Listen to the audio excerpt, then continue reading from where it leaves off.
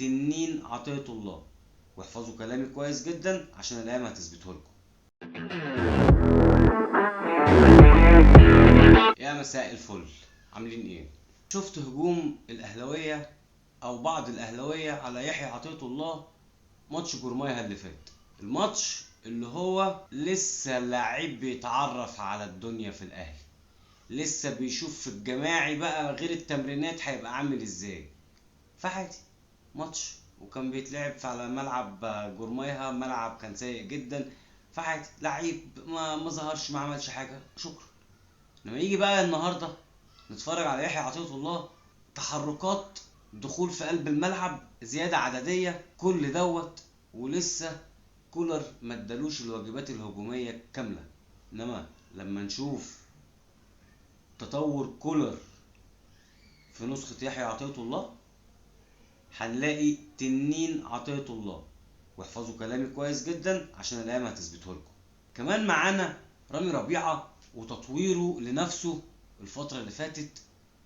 الماتش اللي فات والماتش دوت هو اللي بيفتتح التهديف، اللي هو اصلا مدافع، اللي هو اصلا بيحط اشرف داري ويوسف ايمن في ورطة كبيرة جدا.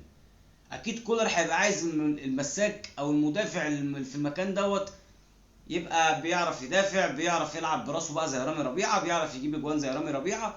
انا عايز لعيب متكامل. انتوا دلوقتي شايفين رامي ربيعه اهوت، رامي ربيعه اللي هيتضرب بالمثال بعد محمد عبد المنعم وكل ادواره اللي كان بينفذها مع كولر، دلوقتي اتنقلت لرامي ربيعه، ورامي ربيعه هو اللي تقريبا خد كل الادوار بتاعت محمد عبد المنعم اذا كانت هجوميه او دفاعيه، وهو دلوقتي اللي بيأدي الكلام دوت. كولر بيطور من اداء اللعيبه بشكل ملحوظ. حتى لو بصينا على طاهر، محمد طاهر وعلى كهربا النهارده كان ادائهم مقبول ومعقول شويه نسبه على الماتشات اللي فاتت.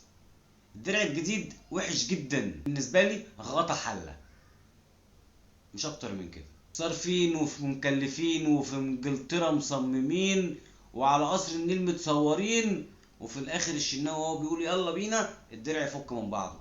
ده القديم كان خشب يا جدعان وما حصلش فيه كده قبل كده. يعني ايه؟ حرام عليكم بقى، مش كده؟ وصلت لهنا، متشكر ليك. لايك وكومنت وفولو على اي منصه انت عليها، اذا كان تيك توك، فيسبوك، يوتيوب، اي حاجه. واللي عنده كومنت يقول. صباح على خير.